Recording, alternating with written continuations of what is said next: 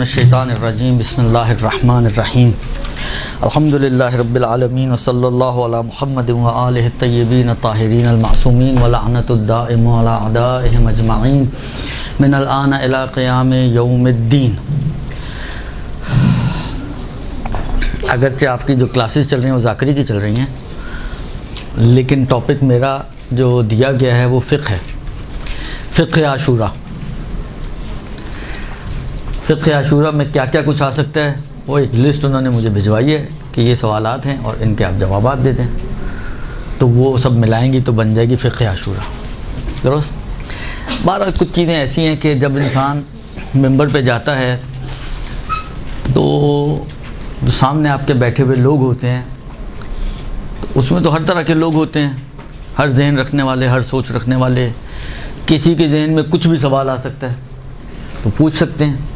یہ عام طور پہ جو باتیں انہوں نے جو سوالات بھجوائے ہیں وہی سوالات ہیں جو لوگ عام طور پہ پوچھتے ہیں، لوگوں کے ذہنوں میں ہیں، کوئی پوچھ پاتا ہے کوئی نہیں پوچھ پاتا ہے۔ ممکن ہے آپ میں سے بعض کے ذہنوں میں کچھ سوالات ہوں، تو اسی حوالے سے آج کی گفتگو ہے اور اسی حوالے سے کچھ سوالوں کے جواب دینے ہیں۔ اب سوالوں کے اعتبار سے اگر دیکھا جائے تو پہلا جو سوال دیا ہوا ہے وہ یہ ہے کہ فاقہ رکھتے ہیں آپ لوگ، درست، کہ انسان عاشور والے دن فاقہ رکھتا ہے۔ اب سوال چلے میں اس طرح سے بناتا ہوں کہ عاشور والے دن روزہ رکھنا کیسا ہے؟ آیا روزہ رکھنا چاہیے؟ یعنی نہیں رکھنا چاہیے کا مطلب یہ کہ رکھیں تو حرام ہے؟ یہ تو آپ کی فقہ ہو گئی کہ جس کے اندر روزہ عاشور کا حرام ہے، لیکن ایک فقہ وہ ہے جو امام صادق علیہ السلام کی فقہ ہے۔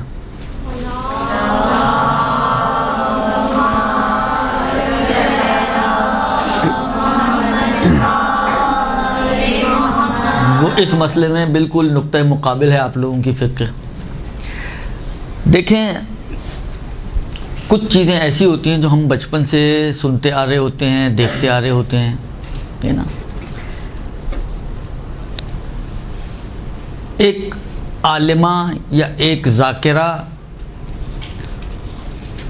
وہ ان سنی سنائی کے اوپر کام نہ چلائے، یعنی اس کو اپنا عقیدہ نہ بنائے۔ کوئی بھی عالمہ ہو جو عالمہ بننا چاہ رہی ہے یا کوئی ذاکرہ بننا چاہ رہی ہے، بالآخر ذاکرہ بھی کے لیے بھی کچھ تو علم چاہیے ہوگا نا، صرف بولنا آنا تو کافی نہیں ہے۔ بولنے کے لیے کچھ کیا بولیں گے، کیا کچھ تو بولنا ہے نا، تو وہ جو کچھ ہے جو بولنا ہے اس کے لیے کچھ کتابیں پڑھنی پڑتی ہیں، کچھ معلومات حاصل کرنی پڑتی ہے۔ بہرحال تو جو بھی عالمہ ہو یا ذاکرہ ہو، اس کو روش اس کی یہ ہے کہ وہ پہلے اپنے دماغ میں جو سنی سنائی معلومات آپ کے دماغ میں نا ذخیرہ، سلیکٹ آل ڈیلیٹ آل، اس لیے کہ وہ معلومات ایسی ہوتی ہے کہ بعض اوقات مثلا بعض چیزیں آپ نے مرثیوں سے سن کے اپنا عقیدہ بنایا ہوا ہے، بعض چیزیں ماں باپ سے سن کے عقیدہ بنا ہوا ہے، بعض چیزیں محلے والیوں سے سن کے عقیدہ بنا ہوا ہے۔ وہ سارے عقائد وہ ہیں کہ جو سنے سنائے عقائد ہیں جس کی نہ کوئی بیس ہے ہمارے پاس، نہ کوئی عطا ہے، نہ کوئی پتہ ہے۔ بالآخر کیا صورتحال ہے؟ ان میں سے ایک یہ بھی ہے کہ عاشور کا روزہ حرام ہے۔ یہ خاص طور پہ آپ کو سادات کے اندر یہ چیز زیادہ ملے گی۔ عاشور کے دن کام کرنے کا کیا حکم ہے؟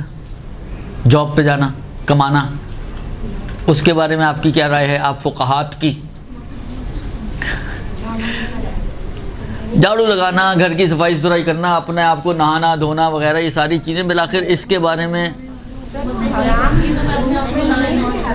چلے اب آپ لوگوں نے ہاتھ تھوڑا ہلکا کر لیا اپنا۔ آپ نے کہا پہلا تیر حرام والا تو چلا نہیں، تو اس کو حرام نہ بولیں ہم، درست؟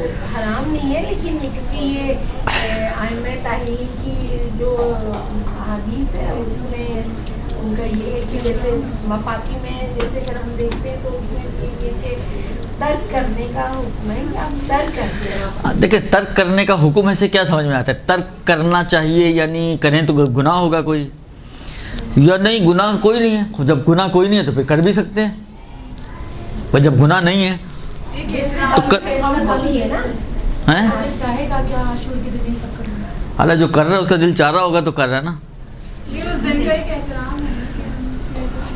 چلیں یہ آہستہ آہستہ ساری باتیں ابھی آتی ہیں. اب یہ اپنے فتوے اپنے پاس رکھیں, دیکھیں کیا صورتحال بنتی ہے. چیک کرتے نا ساتھ ساتھ کہ فتویٰ جو ہے وہ صحیح ہے یا غلط ہے. درست. عرض خدمت یہ ہے کہ فاقہ رکھنا چاہیے یا نہیں رکھنا چاہیے, روزہ اس دن رکھنا چاہیے یا نہیں رکھنا چاہیے. دیکھیں ایک چیز اور بھی ذہن میں, ایک تو یہ کہ جو سنی سنائی معلومات ہے اس کے اوپر اتکا نہ کریں. اب اسی معلومات کو مثلا فرض کریں آپ کے ذہن میں جی حرام ہے اس دن روزہ رکھنا, اب آپ اسی کو آگے بڑھانا شروع کر دیں. نہیں, یہ کام نہ کریں. پہلے ساری معلومات کو ڈیلیٹ ماریں, اس کے بعد اب جستجو کرنا شروع کریں, کتابیں پڑھیں, تحقیقات کریں, معلومات کریں, علماء سے پوچھیں, فقہا سے پوچھیں, اور نئے سرے سے اپنے ہارڈ کو بھرنا شروع کریں اس معلومات کے ذریعے کہ جس کے پیچھے آپ کو کوئی نہ کوئی بیس ہو آپ کے پاس. اب فرض کریں آپ سے کوئی پوچھے, جنہوں نے کہا حرام ہے, آپ سے پوچھے آپ کے پاس کیا دلیل ہے یا کیا اس کی بیس ہے, سورس کیا ہے کہ جس کی بنا پر آپ نے کہا جی روزہ رکھنا حرام ہے. تو کیا جواب ہے آپ لوگوں کے پاس, حرام والیوں کے پاس کیا جواب ہے؟ جی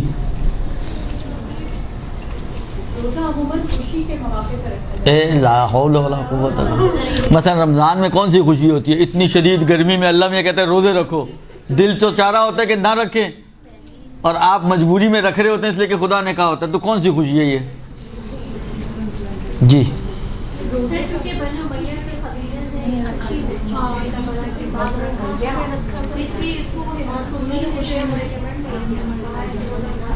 نہیں تو حرمت کہاں سے نکلی؟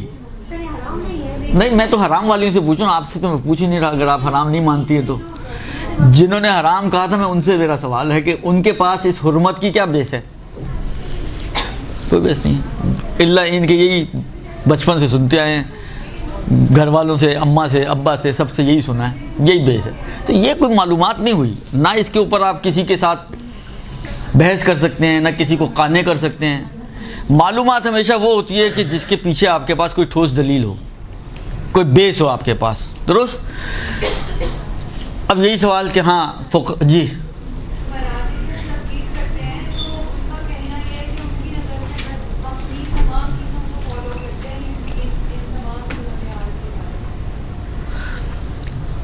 وہ تو صحیح ہے, فتویٰ بات ہے. آپ کو مثلا فرض کریں حرام ہے یا حرام نہیں, تو فقیہ ہی بتائے گا نا کہ آیا اس کی نظر میں, مثلا آغا سیستانی سے آپ پوچھیں کہ آیا عاشور کا روزہ حرام ہے یا حرام نہیں ہے, تو آغا سیستانی کی اگر آپ کوئی بھی کتاب اٹھا کے دیکھیں جہاں پہ انہوں نے حرام روزوں کا تذکرہ کیا ہے, تو عیدین کا روزہ حرام ہے, عید فطر اور عید ضحیٰ کا روزہ. اسی طرح بعض اور دن آتے ہیں, ایک آدھ حج وغیرہ سے ریلیٹڈ ہیں, اس میں روزہ حرام ہے. اس کے علاوہ باقی کسی دن روزہ حرام نہیں ہے. باقی جو دن بچتے ہیں یا واجب ہے یا مستحب ہے. واجب آ جائیں گے آپ کے ماہ مبارک رمضان کے, یا کسی دن کی خاص دن کے لیے یا عام دن کے لیے آپ نے کوئی نظر وغیرہ کی ہوئی ہے تو نظر کا روزہ واجب بن جائے گا نظر کی وجہ سے. وَإِلَّا اگر نہ نظر ہو, نہ آپ نے کسی سے پیسے لے کر اس کے روزے رکھنے کی کوئی ٹھیکہ لیا ہو, نہ آپ نے جو ہے رمضان المبارک ہو, عام دنوں میں روزے بھی مستحب ہیں. ان مستحب روزوں میں بعض دنوں کی خاص تاکید آئی ہے کہ جس کی فہرست آپ کو توضیح المسائل میں مل جائے گی. حتیٰ خود محرم کے بھی پہلی کا, تیسری کا اور کا روایتوں میں آیا خاص تذکرہ کہ یہ روزے ریکمینڈڈ روزے ہیں. درست. تو یا اسی طرح اور بعض دوسرے دن. اب ریکمینڈڈ روزے بھی ہٹا دیں آپ, تو باقی جتنے بھی دن بچتے ہیں وہ روزے عام طور پر ان دنوں میں روزہ رکھنا مستحب ہے. عاشور کے روزے کی بعض فقہا نے مثال دی ہے مکروہ روزے کے حوالے سے کہ اس دن روزہ رکھنا مکروہ ہے. مکروہ کا مطلب حرام نہیں ہوتا. جب عبادت میں مکروہ آتا ہے تو عبادت میں مکروہ کا مطلب یہ ہوتا ہے کہ اس کا ثواب کم ہے. یعنی فرض کریں اگر عام دن میں روزہ رکھیں تو 100 نیکیاں ملنی ہیں آپ کو, تو اس دن اگر آپ روزہ رکھیں گی تو ممکن ہے 100 کی بجائے 60 نیکیاں ملیں, ممکن ہے 50 نیکیاں ملیں. اب کتنی کم ہوتی ہیں اس کو کوئی ڈیفائن نہیں کیا گیا. یہ تو فقہی اعتبار سے روزے کا حکم کہ اس دن بھی روزہ حرام نہیں ہے. خداغا سیستانی نے بھی یہ بات کہی ہے کہ روزہ بہرحال حرام نہیں ہے اس دن کا. لیکن بعض روایتوں کے اندر جو چھٹے امام جعفر صادق علیہ الصلوۃ والسلام سے مروی ہیں,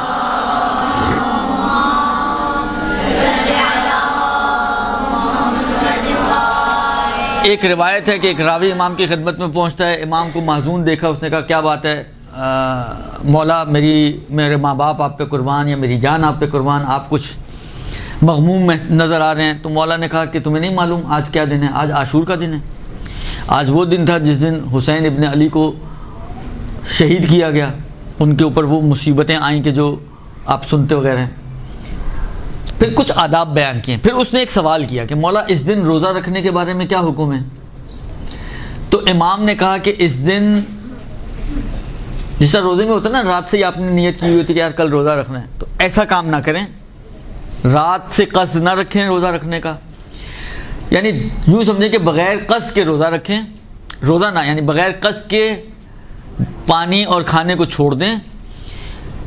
بعض میں زوال کا ہے لیکن بعض میں عصر کا آیا, اور ایک دلیل جو آئی ہے اس کے مطابق شاید عصر والی بات زیادہ بہتر ہے کہ عصر کے بعد اپنے روزے کو سادی غذا سے کھول دیں, دودھ سے یا پانی سے. بعض جگہ میں پانی کا تذکر کہ پانی سے اپنے اس فاقے کو کھول دیں, جس کو ہم فاقے سے تعبیر کرتے ہیں.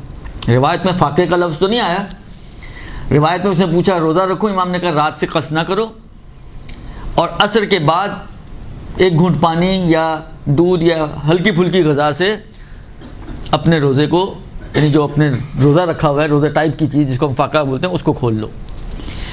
کیونکہ یہ وہ وقت تھا کہ جس وقت میں سید الشہداء کو شہید کیا گیا, ان کی شہادت کا وقت ہے, اور یعنی گویا ان کی پیاس اور بھوک کے ختم ہونے کا ٹائم ہے. لہذا اس ٹائم پر اپنے روزے اور فاقے کو کھول لو. تو بغیر نیت کے تو شرعی اور فقہی روزہ تو نہیں بنے گا نا بغیر نیت کا. لیکن یہ روزہ آپ غم کی قصد کے ساتھ رکھیں, امام کے غم میں کھانے اور پینے کو چھوڑنے کی قصد کے ساتھ یہ کام آپ انجام دیں. بعد میں نے کہا نا بعض روایتوں میں زوال کا وقت آیا کہ زوال کے بعد یہ کام کریں, لیکن اس میں کیونکہ علت آئی ہے یہ زیادہ بہتر محسوس ہو رہا ہے کہ زوال کے وقت تو ابھی امام کی بھوک اور پیاس ختم نہیں ہوئی تھی, وہ تو عصر کے وقت جب شہادت ہوئی ہے تو سلسلہ منقطع ہوا ہے. لہذا وہ زیادہ بہتر محسوس ہوتی ہے کہ عصر کے وقت تک اس کو. اور آغا سیستانی کی بھی ایک استفتاء میں پوچھا گیا کہ فاقہ وغیرہ جو ہے وہ کس ٹائم پہ کھولا جائے. روزے کا پوچھا گیا تو انہوں نے یہ کہا کہ روزہ حرام نہیں ہے, اس دن روزہ نہ رکھیں بلکہ فاقہ رکھیں, اور اس کو عصر کے بعد اس فاقے کو کوئی ایک گھونٹ پانی یا ہلکی پھلکی غذا سے اس کو کھول دیں. تو اس دن جو ریکمینڈڈ چیز ہے وہ یہ ہے. اور جس طرح انہوں نے ابھی بیان کیا, بعض روایتوں میں یہ بھی ملتا ہے کہ یہ وہ دن ہے, ظاہراً جو مجھے اب یاد پڑا شاید 8ویں امام کی کوئی روایت ہے, اس میں یہ تذکر آیا ہے کہ یہ وہ دن ہے جس میں آل زیاد نے خوشحالی کے طور پر روزہ رکھا تھا. لہذا اس دن آل زیاد نے اور اس کیا کہتے ہیں جو ظالمین تھے امام کے حق میں ظلم کرنے والے بنی امیہ وغیرہ, ان لوگوں نے یہ روزہ رکھا تھا. لہذا آپ لوگ یہ کام نہ کریں کہ اس دن روزہ رکھیں. یعنی ان کا روزہ خوشحالی کا روزہ تھا, جس طرح انہوں نے کہا نا خوشحالی والا روزہ, ان کا روزہ خوشحالی کا روزہ تھا. لہذا یہ امام فرماتے ہیں کہ یہ کام آپ نہ کریں. تو اس دن کے لیے یوں سمجھ لیں کہ جو ریکمینڈڈ چیز ہے وہ یہی ہے کہ فاقہ رکھیں, اور عصر کے بعد. اب دوسرا سوال یہی بنتا ہے کہ فاقہ کس وقت کھولا جائے, تو عصر کے بعد جو ہے اس فاقے کو بعض لوگ جی ظہر پہ ہی کھول لیتے ہیں. دیکھیں میں نے کہا بالآخر ایک امام کی یاد میں ایک آپ نے اظہار کرنا ہے کہ آپ بھی امام کے غم میں شریک ہیں. عصر پہ ظہر پہ کھول لیں گے تو کوئی گناہ نہیں ہے, لیکن جو تھیم ہے اس تھیم کے تحت عصر پہ کھلنا چاہیے. جیسے کہ میں نے کہا نا آغا سیستانی نے بھی یہی کہا ہے, اور روایتوں کے اندر ایک روایت جو میں ابھی عرض کی آپ کی چھٹے امام کی, اس میں بھی یہی آیا کہ عصر کے وقت کھولا جائے اس کو. تو بہتر یہی ہے, زیادہ ثواب حاصل کرنا چاہیں, ممکن ہے زیادہ آپ ڈیلے کریں گے تو ثواب بھی زیادہ بن جائے گا آپ کا. یعنی آپ ظہر پہ کھولیں اور آپ عصر پہ کھولیں تو خود ظہر اور عصر میں تقریباً 3-4 گھنٹے کا ڈفرینس ہے. تو وہ 3-4 گھنٹے آپ زیادہ اور امام کی ساتھ دینے والی بن رہے ہیں کہ آپ نے امام کے ساتھ جو ہے وہ مشابہت کے, امام بھی بھوکے پیاسے تھے, ہم بھی ان کے غم میں بھوکے پیاسے رہیں, تو زیادہ ثواب ہو جائے گا آپ کو. تو اصل جو ہے صحیح وقت وہ عصر کے بعد کا وقت ہے۔ اس کے بعد عاشورہ کے روز ملازمت یا کاروبار یا بازار سے چیزیں خریدنے کا مسئلہ، آپ لوگوں کی فقہ کہتی ہے مکروہ ہے، ابھی بعض نے یہ کہا حرمت کی طرف تو نہیں گئی۔ اب آپ دیکھیں ایک بات، یہ بعض علماء نے بھی یہ بات کہی ہے، اور اب روایتوں میں بے عین ہی یہ الفاظ تو نہیں ہیں، لیکن ممکن ہے شاید بعض روایتوں سے آپ یہ نچوڑ نکال سکیں، لیکن کچھ صریح الفاظ ایسے موجود نہیں ہیں، لیکن بعض علماء کے بیانات میں اس قسم کی باتیں ہیں البتہ۔ اور وہ یہ کہ دیکھیں ایک بات ہمیشہ یاد رکھیں، کئی اس میں جو سوالات ہیں ان کا جواب یوں سمجھیں کہ ایک جو میں بات ابھی کرنے جا رہا ہوں اس سے کئی مشکلات آپ کی حل ہو سکتی ہیں۔ کربلا بالخصوص عاشور اور بالعموم یہ 2.25 مہینے جس کو ہم ایام غم مانتے ہیں، یا تو آپ مانیں ہی نہیں، کہیں نہیں جی ایام غم یوم غم شہادت کا دن تھا، بس ٹھیک ہے شہادت والا دن ہم منائیں گے، اس کے علاوہ نہ آگے نہ پیچھے، وہ آپ کی مرضی ہے۔ جتنی انسان کو جس سے محبت ہوتی ہے وہ اسی حساب سے سارا سچویشن ہوتی ہے۔ لیکن اگر ہم کہتے ہیں اور مانتے ہیں اس بات کو کہ یہ 2.25 مہینے ہمارے لیے ایام غم ہیں، کیونکہ 9 ربیع الاول کا دن وہ تھا کہ جس دن عمر سعد کا سر امام سجاد کی خدمت میں پہنچا تھا، اور امام سجاد علیہ الصلوۃ والسلام نے صلی اللہ علیہ وسلم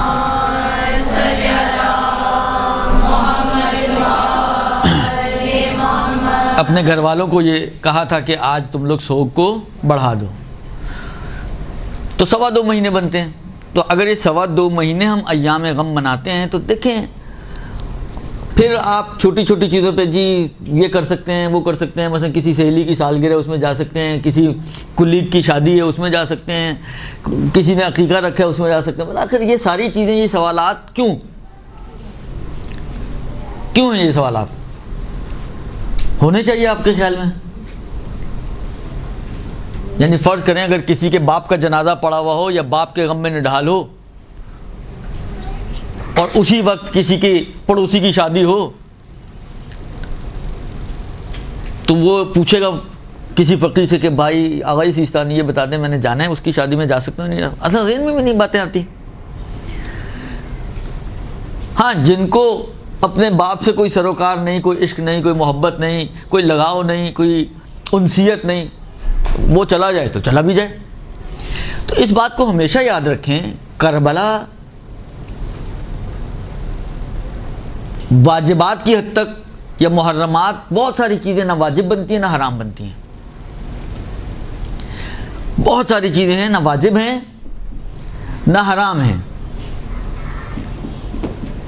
لیکن یہ آپ کے اور امام حسین کے عشق کے اوپر ڈیپینڈ کرتی ہیں کہ آپ کو امام مظلوم سے یا اہل بیت علیہ السلام سے کتنا عشق ہے، کتنی محبت ہے، کتنی انسیت ہے، یہ ساری چیزیں اس کے اوپر ڈیپینڈ کرتی ہیں۔ اگر واقعاً عشق ہے، یعنی انسان واقعاً اگر ان واقعات کے اوپر غور کرے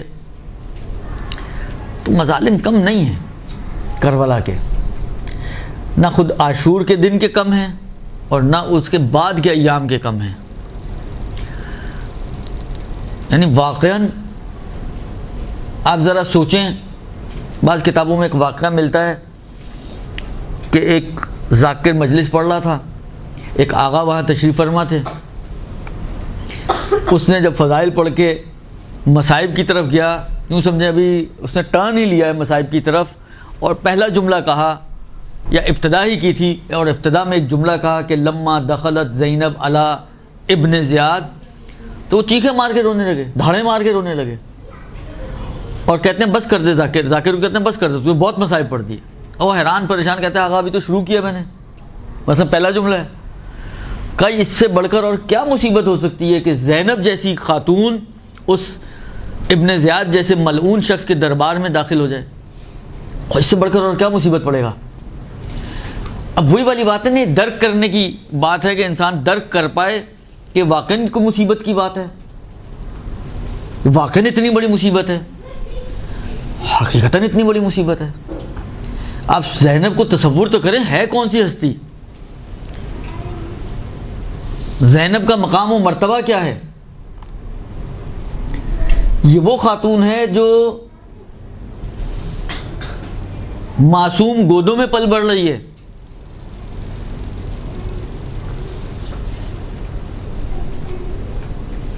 یہ وہ خاتون ہے کہ جس کو آئمہ, عالمہ غیر معلمہ کے القاب دے رہے ہیں.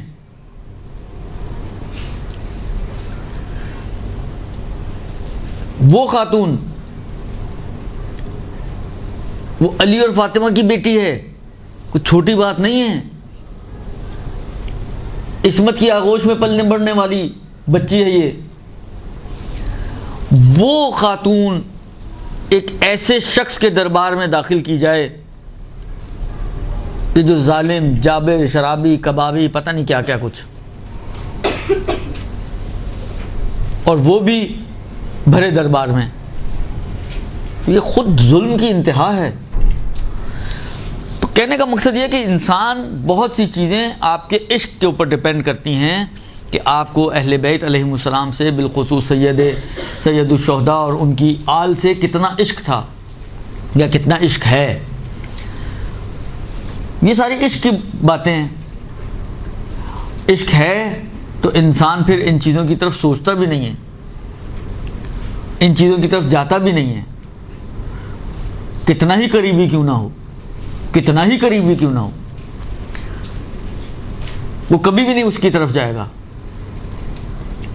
اس لیے کہ یہ ایام غم ہیں. یعنی آپ سوچیں, بیویاں اس وقت قید خانے میں ہوں, شام کے زندان میں ہیں. شام کے زندان کی جو کیفیت بیان کی جاتی ہے وہ اپنے ذہن میں لے کر آئیں. جو ان کو غذا دی جا رہی ہے اس کو اپنے ذہن میں لے کر آئیں. جس کیفیت میں رکھا گیا ہے, جو سید الساجدین کی کیفیت ہے, اس کو اپنے ذہن میں لے کر آئیں. ان ساری چیزوں کو ذہن میں لائیں, اور اب آپ خود بتائیں کہ کیا کسی کا دل چاہے گا کہ وہ کسی شادی میں شریک ہو, کسی کا دل چاہے گا کہ وہ کسی سالگرہ میں شریک ہو, کیسے دل چاہے گا. لہذا یہ بہت سے جو سوالات ان کے ہیں, ان کا جواب بس یہی ہے کہ دل مانتا ہے شرعاً حرام کچھ نہیں ہے, نہ کمانا حرام. ہاں البتہ ایک استفتاء آغا سیستانی کا میں نے پڑھا, اس میں یہی سوال کیا گیا کہ 9 اور 10 محرم کو کاروبار کرنا, دکانیں کھولنا جائز ہے یا جائز نہیں ہے. انہوں نے کہا کہ اگر آپ کی دکانیں کھولنا, کاروبار میں شریک ہونا, یہ ایک قسم کی اہل بیت کی نسبت بے اعتنائی شمار ہوتا ہو, کہ آپ اہل بیت کو اہمیت نہیں دے رہے ہیں, یعنی اہل بیت کی نسبت بے اعتنائی کاؤنٹ ہو, تب اس کام کو ترک کرنا چاہیے.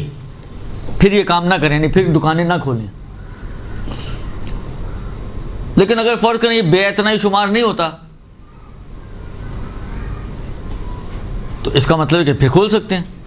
لیکن وہی والی بات ہے کہ فرض کریں میرے باپ کا اگر انتقال ہو جائے تو میں 3 دن کی چھٹی کر دیتا ہوں, اور امام حسین جیسی ذات کی شہادت کا دن ہو اور میں دکان پہ جا کے بیٹھ گیا ہوں, تو اس کا مطلب یہ کہ مجھے اپنے باپ سے, امام حسین سے زیادہ عشق ہے.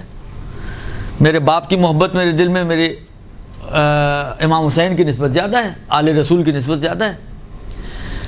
یہ نہیں ہونا چاہیے. اہل بیت مقدم ہیں, حتیٰ محبتوں میں بھی ان کو مقدم ہونا چاہیے. ویسے تو ان کا مقام بلند ہے ہی, ہمارے پاس بھی محبتوں میں ان کا مقام بلند ہونا چاہیے.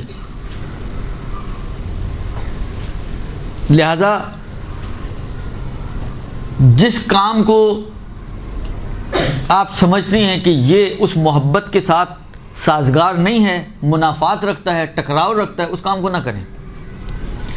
چاہے شرعاً حرام نہیں ہے, لیکن ایک بات ہمیشہ یاد رکھیں, یہ جب آپ چھوڑ رہے ہیں تو کیوں چھوڑ رہی ہیں؟ اہل بیت کی خاطر. یہ آپ کی نیت بڑی آپ کو فائدہ پہنچانے والی چیز ہے. یہ خود آپ کی نیت کہ اہل بیت کی خاطر ان کے غم میں مغموم ہونا, ان کے خوشی میں. اور روایت میں نا آپ لوگوں نے سنی ہوگی, پتہ نہیں کتنے لوگ تو آپ سن چکے ہیں یا کتنی مجلسیں اب تک سن چکی ہوں گی. 8ویں امام ابن شبیب کو کہتے ہیں, ابن شبیب, ابن شبیب والی اور طولانی روایت ہے. اس کے آخری فقرات یہ ہیں کہ ہماری محبت کے ساتھ چپکے رہو، یعنی لازم قرار رہو، ہماری خوشی میں خوش اور ہمارے غم میں غم رہو. یہ مومن کی علامت ہے. اس لیے کہ اگر کوئی پتھر سے بھی محبت رکھتا ہے تو پروردگار عالم قیامت کے دن اس کو اس پتھر کے ساتھ محشور کرے گا. تو جب تم ہم سے محبت رکھو گے تو تم ہمارے ساتھ محشور ہوگے. لہذا ان کی محبت بھی ہمارے دلوں میں مقدم ہونی چاہیے. میری خوشی پہ ان کی خوشی مقدم ہونی چاہیے. میری خوشی فرض کریں یہ ہے کہ میں جاؤں، لیکن ان کی خوشی یہ ہے کہ میں نہ جاؤں. اس لیے کہ یہ جو محفلیں ہیں یہ خوشحالی کی محفلیں ہیں، اور ایام غم ہیں. ظاہری بات ہے جب آپ جائیں گی تو کالے کپڑے پہن کے تو نہیں جائیں گی. جو میک اپ کرنے والی خواتین ہوتی ہیں وہ میک اپ بھی کریں گی، لباس بھی اچھا والا پہنیں گی، چمکیلا پہنیں گی، بھڑکیلا پہنیں گی، پتہ نہیں جو کچھ ہوتا ہے بہرحال ہمارے معاشرے میں. تو یہ کیسا غم ہے؟ کون مانے گا کہ یہ غمگین ہے؟ کوئی بھی نہیں مانے گا. اس کو دیکھ کے اس کا شوہر نہیں مانے گا کہ یہ غمگین ہے، تو کوئی دوسرا کیا مانے گا؟ لہذا اس بات کو ذہن میں رکھیں کہ یہ معاملات ہیں عشق بے اہل بیت، محبت بے اہل بیت. جتنا آپ کا عشق و محبت زیادہ ہوگا اور اس کو زیادہ کریں، بڑھائیں اپنے محبت کو اہل بیت کی نسبت. محبت اہل بیت جتنی بڑھے گی عمل بھی اتنا بہتر ہوتا ہے، اور بہت سے مسائل بھی آپ کے حل ہو جاتے ہیں خود ہی اسی محبت کے نتیجے میں. لہٰذا پھر یہ سوال پوچھنے کی نوبت نہیں آتی کہ ہم شادی پہ جائیں، ہم عقیقے پہ جائیں، ہم یہاں جائیں، ہم وہاں جائیں، اس لیے کہ آپ کو معلوم ہے کہ یہ ہمارے عشق کے ساتھ سازگار ہی نہیں ہے. ہمارا معشوق جو ہے وہ ذبح کر دیا گیا، اس کے گھر والوں کو قیدی بنا دیا گیا، اس کے بچوں کو قیدی بنا دیا گیا، اس کی اولاد جو ہے وہ زنجیروں میں جکڑی ہوئی ہو، درباروں اور بازاروں میں پھیرایا جا رہا ہو. واقعاً امام سجاد کے وہ جملے جو شام کے بازار کے حوالے سے ملتے ہیں کہ اس طریقے سے ہمیں قیدی بنا کے لایا گیا جیسے روم اور زنج کے غلاموں کو لایا جاتا تھا. یعنی جو اشرف ترین مخلوق ہو کائنات کی، اس کو پست ترین طریقے سے بازار شام میں لایا جا رہا ہے. یہ کم مصیبت ہے، یہ کم مصیبت ہے. لہذا اگر انسان کو اہل بیت کی نسبت عشق ہے، باقی میں نے بتا دیا کہ اگر یہ اہل بیت کی نسبت جو ہے مثلا کام کرنا، کاروبار کرنا، دکانیں وغیرہ کھولنا، یہ اہل بیت کی نسبت عدم مبالات اور بے اعتنائی شمار ہو تو آقا فرماتے ہیں کہ پھر دکانیں وغیرہ نہیں کھولنی چاہیے. ورنہ فی نفس ہی کوئی حرمت نہیں ہے، ذاتی طور پہ حرام نہیں ہے. لیکن پھر وہی والی بات ہے، ذاتی طور پہ حرام نہیں ہے لیکن بالآخر اگر دل مانتا تو صحیح ہے، کھول لیں پھر. لیکن دل مانے تو کیسے مانے؟ اصل چیز یہ ہے کہ دل مانے تو کیسے مانے. ماننا چاہیے؟ نہیں ماننا چاہیے. اگر کسی کا دل مان رہا ہے تو اس کو اپنی محبت کو مزید مضبوط کرنے کی ضرورت ہے. جی جی جی. یہ جو دکان والے جو کھانا وانا پکاتے ہیں، پکوان والے جو جاتے ہیں سامان وغیرہ خریدتے ہیں، تو یہ لوگ جو کھول رہے ہوتے ہیں دکان، لیکن آپ سارے تو بالآخر جس کو جتنی محبت جو کھول رہے ہیں وہ کھول رہے ہیں، صحیح ہے، ان کی محبت ہی اتنی ہے. بہت سے لوگ تو اہل سنت سے تعلق رکھتے ہیں، ان کا وہ عقیدہ یا وہ اعتقاد یا وہ لگاؤ تو نہیں ہے جو آپ لوگوں کا ہے. وہ بھی کریں گے تو وہ بھی فائدہ اٹھائیں گے، لیکن نہیں کرتے ہیں تو ٹھیک ہے، ان کی مرضی ہے بھائی. دوسری چیز یہ ہے جب فاقہ شکنی ہوتی ہے تو نام کا ہے کہ سادی چیز سے جو ہے، سادی چیز سے ہونا چاہیے. لیکن اگر یہ بریانی اور یہ اس قسم کی رقم کھلائیں جو چل پڑی ہیں اب اور لوگ اس کو کھا بھی رہے ہیں، ظاہر سی بات ہے جب وہ کھلا رہے ہیں تو کھانے والے. دیکھیں آپ نے ایک سوال پوچھا ہے، میں ایک جواب آپ کو دے دیتا ہوں. یہ بالآخر آپ نے پوچھا ہے، بات اچھی ہے، اور اگر اس توسط سے پیغام پہنچ سکے تو اچھی بات ہے. دیکھیں میں آپ کی خدمت میں عرض کروں کہ بعض لوگ جب ان سے یہ آپ اعتراض کرتے ہیں کہ یار آپ مجلس کے اندر، ہماری مجلسوں کا بھی مسئلہ ہے، ہمارے مجلس میں نیازیں بعض اوقات تکے بانٹے جا رہے ہیں، بعض اوقات جو ہے قورمے شورمے بوتلیں اور پتہ نہیں کیا کیا چیزیں بانٹی جاتی ہیں. اور امام کے نام پر ہی صحیح، لیکن بالآخر کیا مثلا خوشی کے دن نہیں آتے کہ ہم خوشی کے دن یہ کام کر لیں اور غم کے ایام میں سادی غذائیں استعمال کریں؟ یہ نہیں ہو سکتا کیا؟ بعض روایتیں اگر آپ اٹھا کے دیکھیں، مختار کے قیام تک، بلکہ عمر سعد کے واصل جہنم ہونے تک اہل بیت کے گھرانے میں آپ پڑھتے ہیں نا روایتوں میں، دھواں اٹھتے ہوئے نہیں دیکھا گیا. یعنی کوئی ایسی غذا کہ جس کا نتیجے میں، یعنی یہ کانا علامت ہوتی تھی کہ وہی والی بات ہے کہ کوئی ایسی چیزیں نہیں پکتی تھیں کہ جو دھوئیں کا سبب بنتی ہیں زیادہ. یعنی سادی غذا، ممکن ہے شاید یہ کنایہ اس بات سے بھی ہو کہ ان کے اپنے گھروں میں غذائیں بھی نہ پکتے ہوں. کہنے کا مقصد یہ ہے کہ دیکھیے روایتوں کے اندر ملتے. کسی نے کہا امام سے کہ مولا جو بعض لوگ زیارت کرنے جاتے ہیں امام حسین کی، وہ راستے میں مرغن غذائیں کھاتے ہوئے جاتے ہیں. مولا نے اس کی توبیخ کی، مگر یہ اپنے باپ کے قبر پہ جائیں گے تو اسی طرح کھانا لے کر جائیں گے. مولا اس کی توبیخ کر رہے ہیں. بعض روایتوں میں ملتا ہے کہ کسی نے روسٹ بنا ہوا مرغ جو ہے وہ بھیجا اہل حرم کو مدینہ آنے کے بعد، تو بیوی نے یہ بھجوا دیا کہ ہم غمزدہ لوگ ہیں، ہم ایسی غذائیں نہیں کھاتے. اس کا مطلب کیا ہے؟ اس کا مطلب یہ ہے کہ یہ غذائیں، ایسی غذائیں غم کے ساتھ سازگاری نہیں رکھتی ہیں. میں صرف یہ عرض کرنا چاہتا ہوں کہ نیاز جو مجلس ہے، مجلس کو مجلس رہنے دیں. مجلس کو کوئی ٹکی پارٹی نہ بنائیں، مجلس کو تفریح کا ذریعہ نہ بنائیں. مجلس میں جو نیاز ہو سادی ترین نیاز کریں. ہاں آپ کو امام کے نام پہ کھلانے کا شوق ہے، ہر امام جس کی شہادت ہوتی ہے اس کی ولادت بھی ہوتی ہے، خوب رکھیں جشن ولادت کے دن. 18 ذی الحجہ ہے، مباہلہ ہے، 15 شعبان ہے، 3 شعبان ہے، اور یہ جتنے بھی 13 رجب ہے، یہ سارے ایام خود جتنا مرغن کھانا آپ کھلا سکتے ہیں کھلائیں. باربیکیو کرنے لائیں، لائیو باربیکیو کریں، جو کرنے کریں ان ایام میں. لیکن غم کے ایام کو تو، یعنی میں صرف ایک بات کہتا ہوں کہ آپ خود سوچیں، جس طرح کے ہمارے کھانے ہوتے ہیں یا جس طرح کی ہماری مجلسیں ہوتی ہیں، اگر کوئی باہر سے آنے والا جس کو نہیں پتا کہ کیا ہو رہا ہے آ کے دیکھے، کیا امپریشن لے گا؟ یعنی آپ کی محفلیں، آپ کی مجلسیں، آپ کی غذائیں، نیاز ایسا ہونا چاہیے کہ آنے والے کو امپریشن یہ ملے کہ یہ غم کی محفل ہے. ملتا ہے ہمارے ہاں؟ میں وہی عرض کر رہا ہوں کہ دیکھیں لوگوں کی لاجک ایک طرف، لیکن آئمہ، جب میں ابھی آپ کی خدمت میں عرض کر رہا ہوں کہ روایتوں میں یہ ہے کہ آئمہ نے ریکمینڈ نہیں کیا کہ زیارت کے لیے یا بیوی جو غم کے ایام منا رہی ہیں اس موقع پر یہ اس قسم کے کھانے کھائیں. خود گھروں میں نہیں کھانے پکاتے تھے اس طرح کے. مختار کا قیام ظاہراً 65 ہجری میں ہے، 61 ہجری کربلا ہے. 4 سال تک آپ سوچیں کوئی اس قسم کے کھانے نہیں کھائے. وہاں پہ لاجکیں نہیں ہوتی تھی کہ اس زمانے کے لوگوں کے پاس. لیکن ہم لاجک کو آئمہ کے کلمات کے مقابل میں کیوں لے کر آتے ہیں؟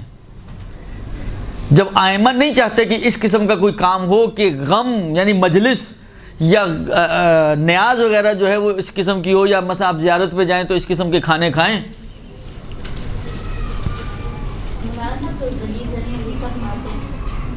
اب یہ زنجیر زنی بیچ میں کھانا کھلا رہا ہوں، آپ زنجیر زنی پہ آ گئی ہیں. اس کے بعد تو جوس پینے کی ضرورت پڑتی ہے. وہ دیکھیں وہ ایک الگ باب ہے. میں ابھی اس طرف، میں تو نیاز کی بات کر رہا ہوں کہ بالآخر ایسی نیاز ہونی چاہیے، ایسی دیکھیں علماء کیا کرتے ہیں. آپ لوگ پتہ نہیں کتنا سنے ہیں، میں نے تو کئی کلپ سنے بھی ہیں کہ جس میں کہا گیا کہ جی یہ نیاز ایسی نہیں ہونی چاہیے. تو آپ لوگوں کے لیے کام کر رہی ہیں. مجلس آپ نے لوگوں کے لیے رکھی ہے یا بیوی کے لیے رکھی ہے؟ مسئلہ یہ ہے کہ پھر آپ ہم لوگوں کے کام ہی خالص نہیں ہیں، نہ ہماری نیتیں خالص، نہ ہماری مجلسیں خالص، نہ ہماری عزاداری خالص. تو صحیح ہے، پھر جس کو خوش کرنے کے لیے رکھ رہے ہیں تو وہ تو خوش ہو ہی رہے ہیں. بس ٹھیک ہے، خوش کریں لوگوں کو.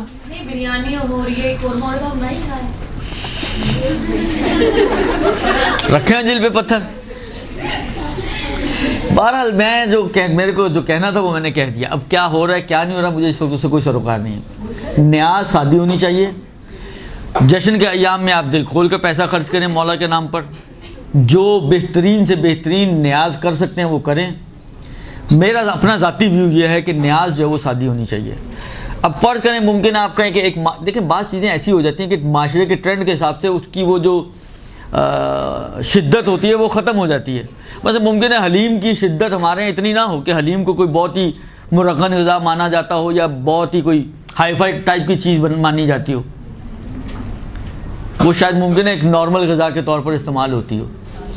یا بعض اس قسم کے اور کھانے ہیں کہ جو ممکن ہے نارمل ٹائپ کے ہوتے ہیں وہ بہت زیادہ ان کی اب شدت اتنی. دیکھیں ہر چیز جب شروع میں آتی ہے, پیزا جب شروع میں آیا تھا وہ ایک چیز تھی. آج ہر دوسری گلی کے کونے پہ ایک پیزے والا کھڑا ہوا ہے. اب لوگ مڑ کے بھی نہیں دیکھتے ہیں. تو یہ چیزیں آہستہ آہستہ ان کی شدتیں کم ہو جاتی ہیں. صحیح اب کم ہو چکی ہے تو ٹھیک ہے, لیکن جن کی ابھی تک کم نہیں ہوئی, میرا خیال ہے باربیکیو کی ابھی شدت ایسی نہیں کہ آپ کہیں کہ یار یہ کم ہو چکی ہے چلو باربیکیو بھی چلے گا. لیکن حلیم ہے, پلاؤ ہے یا اس ٹائپ کی چیزیں وہ بظاہر میرا خیال ہے چل سکتی ہیں, لیکن وہ بھی نہ ہو تو بھی بہتر. سادے سے ایک مسر چاول کھلائیں لوگوں کو نیاز کے نام پر. کیا ہے وہ پیٹ نہیں بھرتے کیا؟ مسر چاول بھرتے ہیں نا, بہت سے لوگ کھاتے ہی ہیں. تو بہرحال میں نے کہا نا کہ دیکھیں میں میرا کام ہے صرف بتانا. میں بتا رہا ہوں اب کیا ہو رہا ہے, کہاں سے روکنا ہے, کیسے روکنا ہے, یہ میرے کو نہیں معلوم. ابھی صرف میں آپ کو جو میری سمجھ میں آتا ہے وہ میں بتا رہا ہوں کہ ظاہری طور پر نیاز جو ہے وہ سادی ہونی چاہیے تاکہ لگے کہ یہ مجلس غم ہے. اور بعض جگہوں پہ میں نے کہا نا کہ یہ ریکمینڈڈ ہے عاشور کے لیے, خاص طور پہ جو آداب بیان کیے جاتے ہیں اس میں آتا ہے کہ کھانا پینا چھوڑ دو. ابھی کہا نا افطار کرو کس چیز سے؟ ٹکے سے, بریانی سے, قورمے سے.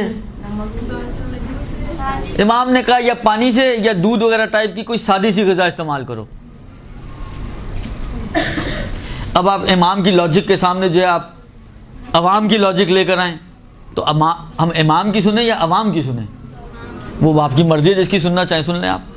خوب, یہ دوسرا سوال. اس کے بعد سوال یہ ہے کہ عاشور کے روز مصافحہ یا سلام کرنے کا مسئلہ. دیکھیں مصافحہ یا سلام کرنا کوئی حرام نہیں ہے, لیکن مفاتی میں بھی آپ نے پڑھا ہوگا, دیا ہوا ہے کہ عاشور کے دن ایک خود روایت میں بھی یہ ہے کہ عاشور کے دن اعظم اللہ اجورنا و اجورکم بمصاب الحسین, وہ پورا جو جملہ ہے اس کے ذریعے یا کم سے کم اتنا جملہ اعظم اللہ اجورنا و اجورکم بمصاب الحسین ایک دوسرے کو تعزیت پیش کریں ان الفاظ کے ذریعے.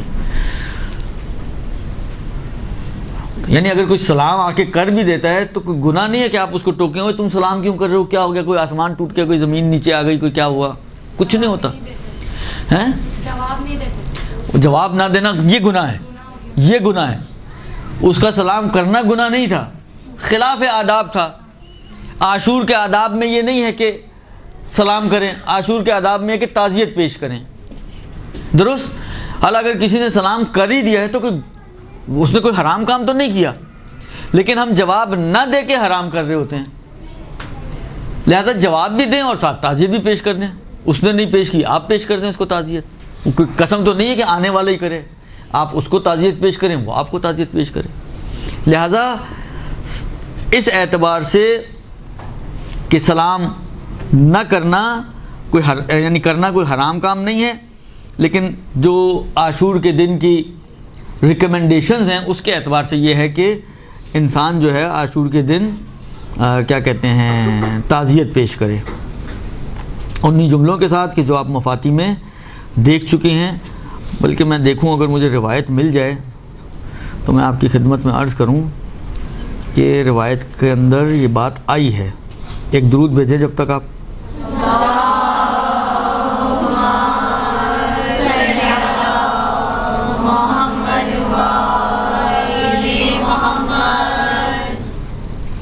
دیکھیں یہ جو روایت ہے نا یہ وہی جملہ ہے کہ اس نے صوم کی, میں نے روزے کی بات کی, امام نے کہا کہ ایک گھنٹ پانی کے ساتھ جو ہے اس روزے کو افطار کرو اور اس دن روزے کو مکمل نہ کرو اور عصر کے بعد اپنے روزے کو افطار کرو. ہاں یہ والی روایت ہے ظاہراً. دیکھیں یہ میں ایک روایت آپ کے سامنے پڑھ رہا ہوں, اس پہ آپ تھوڑا سا غور کریں. یہ ابی جعفر یعنی امام باقر علیہ الصلوۃ والسلام کی روایت ہے۔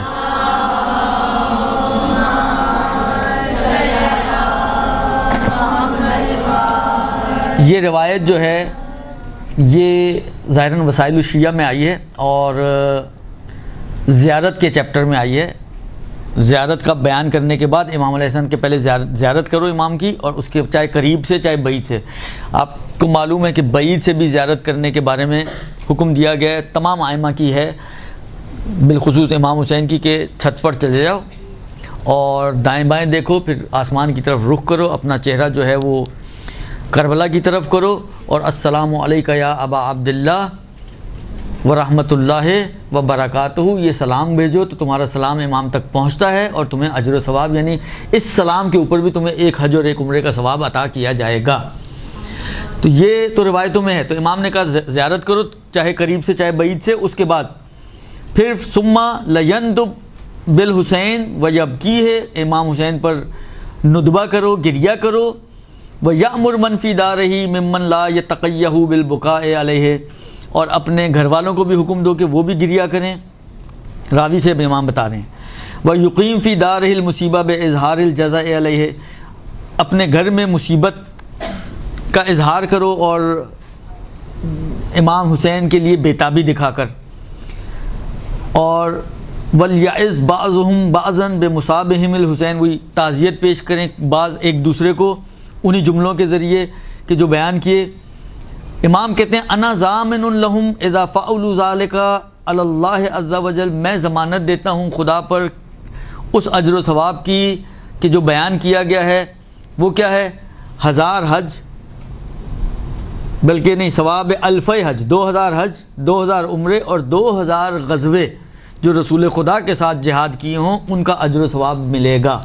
امام کہتے ہیں میں ضامن ہوں اور میں ضمانت دیتا ہوں خدا کی طرف سے کہ یہ تمہیں اجر و ثواب ملے گا۔ پھر امام کہتے ہیں، پھر اس نے پوچھا راوی نے کہ ہم تعزیت کیسے پیش کریں، تو امام نے وہ جملہ سکھایا کہ اعظم اللہ اجورنا بمصابنا الحسین علیہ السلام وجعلنا وإیاکم من الطالبین بثارہ ما ولیہ والامام المہدی من آل محمد۔ پھر امام کہتے ہیں وَإِنْ اسْتَطَعْتَ لَا تَنْتَشِرْ،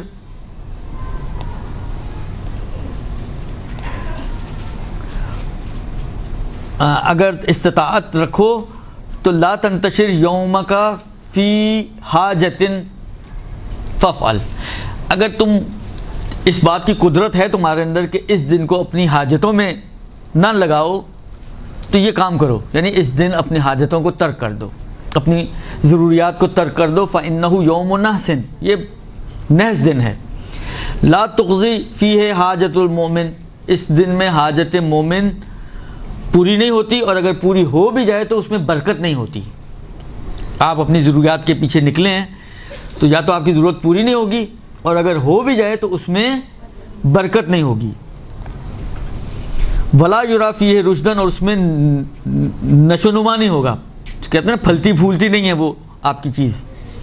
مثلا آپ نے ایک معاملہ بن گیا، آپ نے اس دن پلاٹ لے لیا، آپ نے اس دن کوئی گھر خرید لیا، آپ نے اس دن کوئی دکان خرید لی مثلا، تو یہ اس دن یہ نہ برکت ہوگی اس میں، نہ یہ پھلے پھولے کی چیز۔ پھر امام فرماتے ہیں کہ ولا یدخرن احدکم لمنزلہ فیہ شیئا، اپنے گھر میں کوئی چیز ذخیرہ بھی نہ کرو، بظاہر کھانے پینے کی چیزیں مراد ہے۔ اگر کوئی شخص اس دن کسی چیز کو اپنے گھر میں ذخیرہ کرتا ہے تو خدا اس میں بھی برکت نہیں دیتا کہ جو اس نے ذخیرہ کیا ہے، اور نہ ہی اس کے گھر والوں کے لیے اس میں برکت دیتا ہے۔ فَإِذَا فَعَلُوا ذَلِكَ، اگر کوئی شخص یہ کام انجام دے جو بیان کیا ہے کہ مثلا اپنے حاجت دنیا کو ترک کر دے اور دنیا کی حاجتوں میں نہ لگے، تو امام فرماتے ہیں کتب اللہ لہم ثواب 1000 حجۃ و1000 عمرۃ و1000 غزوۃ، خدا 1000 حج، 1000 عمرے اور 1000 جہاد کا ثواب اس کے نامہ اعمال میں لکھے گا، وہ جہاد کے مع رسول اللہ صلی اللہ علیہ وآلہ وسلم جو رسول خدا کے ساتھ انجام دیے گئے ہوں۔ وَكَانَ لَهُ كَثَوَابِ كُلِّ نَبِيٍّ وَرَسُولٍ وَصِدِّيقٍ وَشَهِيدٍ، ہر نبی، ہر رسول، ہر صدیق، ہر شہید کا اجر و ثواب اس کو دیا جائے گا۔ ماتا او قتلا، چاہے وہ یہ نبی اور رسول اور صدیق و شہید چاہے مارے گئے ہوں چاہے خود مر گئے ہوں۔ دنیا جب سے خلق ہوئی ہے قیامت تک کے تمام انبیاء و صدیقین و شہداء ان سب کا ثواب اس کے نامہ اعمال میں لکھا جائے گا. یعنی دنیاوی امور میں اپنے آپ کو مشغول نہ کریں. اسی طرح ایک ہمارے پاس اور بھی جو مجھے یاد پڑ رہا ہے روایت ہے، وہ 8ویں امام علی رضا علیہ الصلوۃ والسلام کی روایت ہے.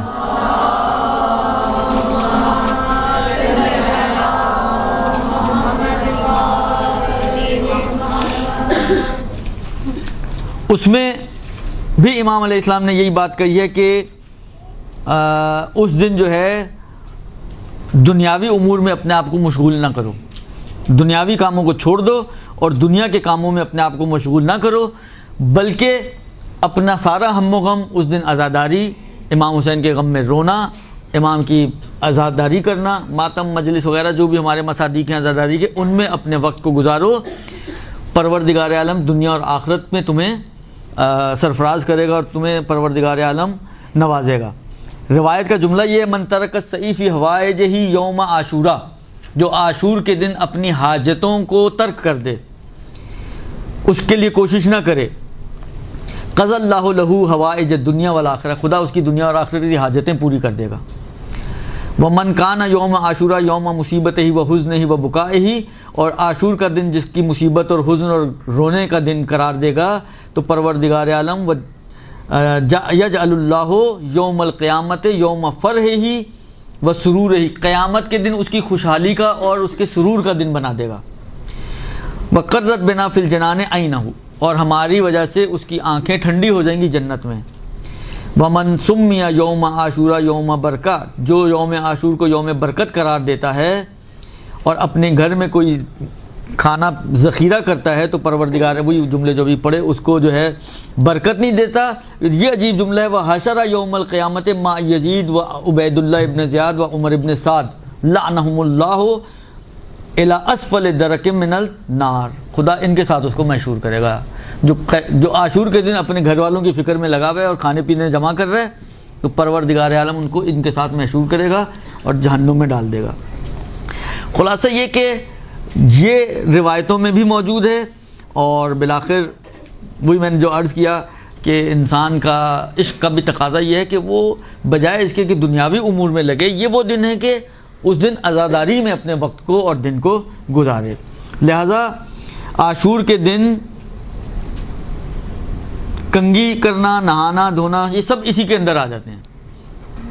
یہ ساری چیزیں اسی کے اندر آ جاتی ہیں کہ آپ اپنے آپ کو بنانے سنوارنے کی بجائے اپنے وقت کو عزاداری میں لگائیں، اپنے وقت کو امام حسین پہ گریہ کرنے میں لگائیں، اپنے وقت کو اہل بیت حرم کی اسارت اور ان کے وہ جو واقعات ہیں اس کے اندر صرف کریں، بجائے اس کے کہ آپ اس ٹائم کو اپنے بنانے اور سنوارنے میں خرچ کریں. لیکن وہی والی بات ہے، یہ چیزیں حرام نہیں ہیں. شرعی طور پر کنگھی کرنا کوئی حرام نہیں ہے، شرعی طور پر کوئی خوشبو لگانا حرام نہیں ہے، لیکن یہ اس دن کے غمناک ہونے کے ساتھ سازگار نہیں ہیں چیزیں.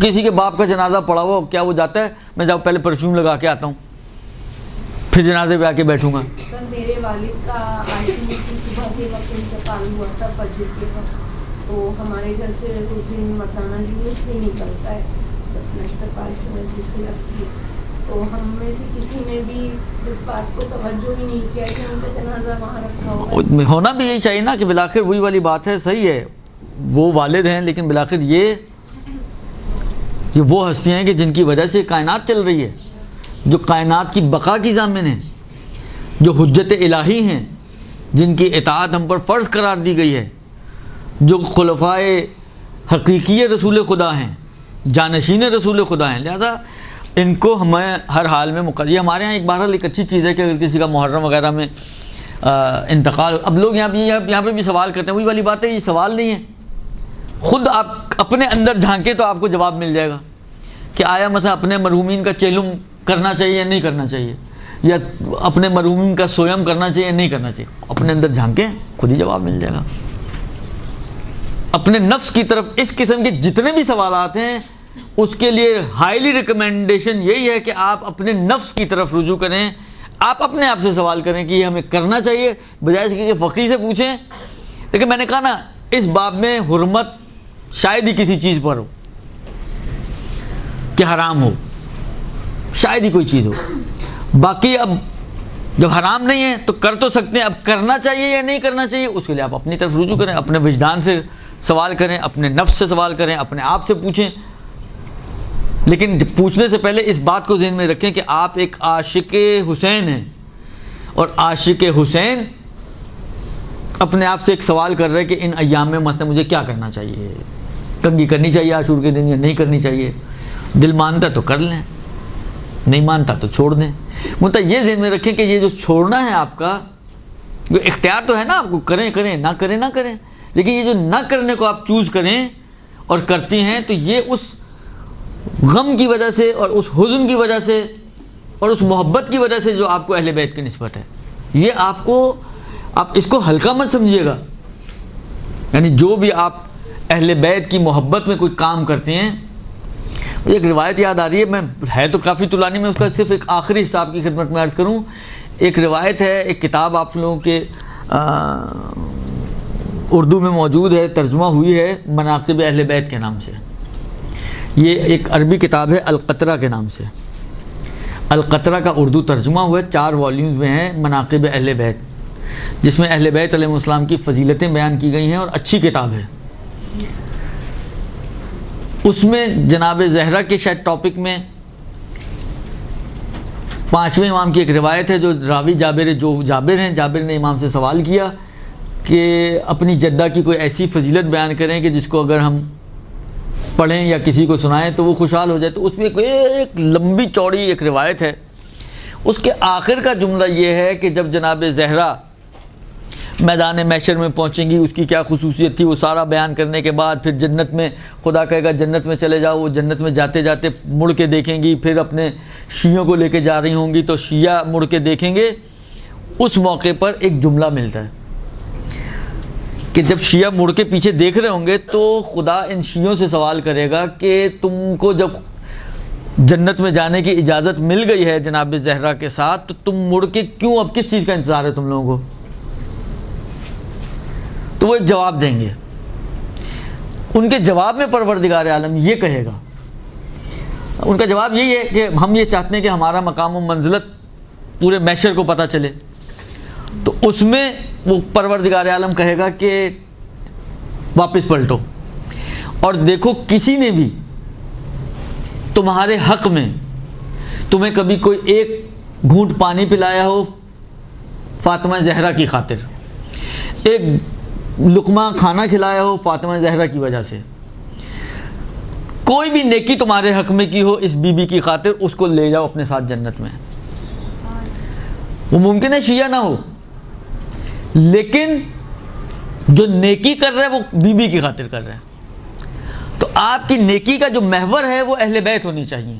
آپ اگر چھوڑ رہی ہیں، کوئی کام کر رہی ہیں، اس لیے نہیں آپ کنگھی نہیں کر رہے کہ یار سستی ہو رہی ہے چلو چھوڑ دو، تو کنگھی تو چھوڑ دیا آپ نے، ثواب بھی کچھ نہیں ملا.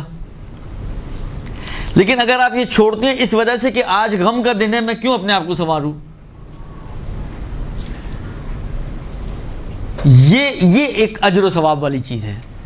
تو اپنی نیتوں کو ڈائیورٹ کریں اہل بیت کی طرف، محبت اہل بیت کی طرف، اس عشق کی طرف، تاکہ آپ کی نیت کی بنا پر آپ کے عمل کا آپ کو ثواب مل سکے، آپ کا عمل آپ کے لیے مفید ہو سکے.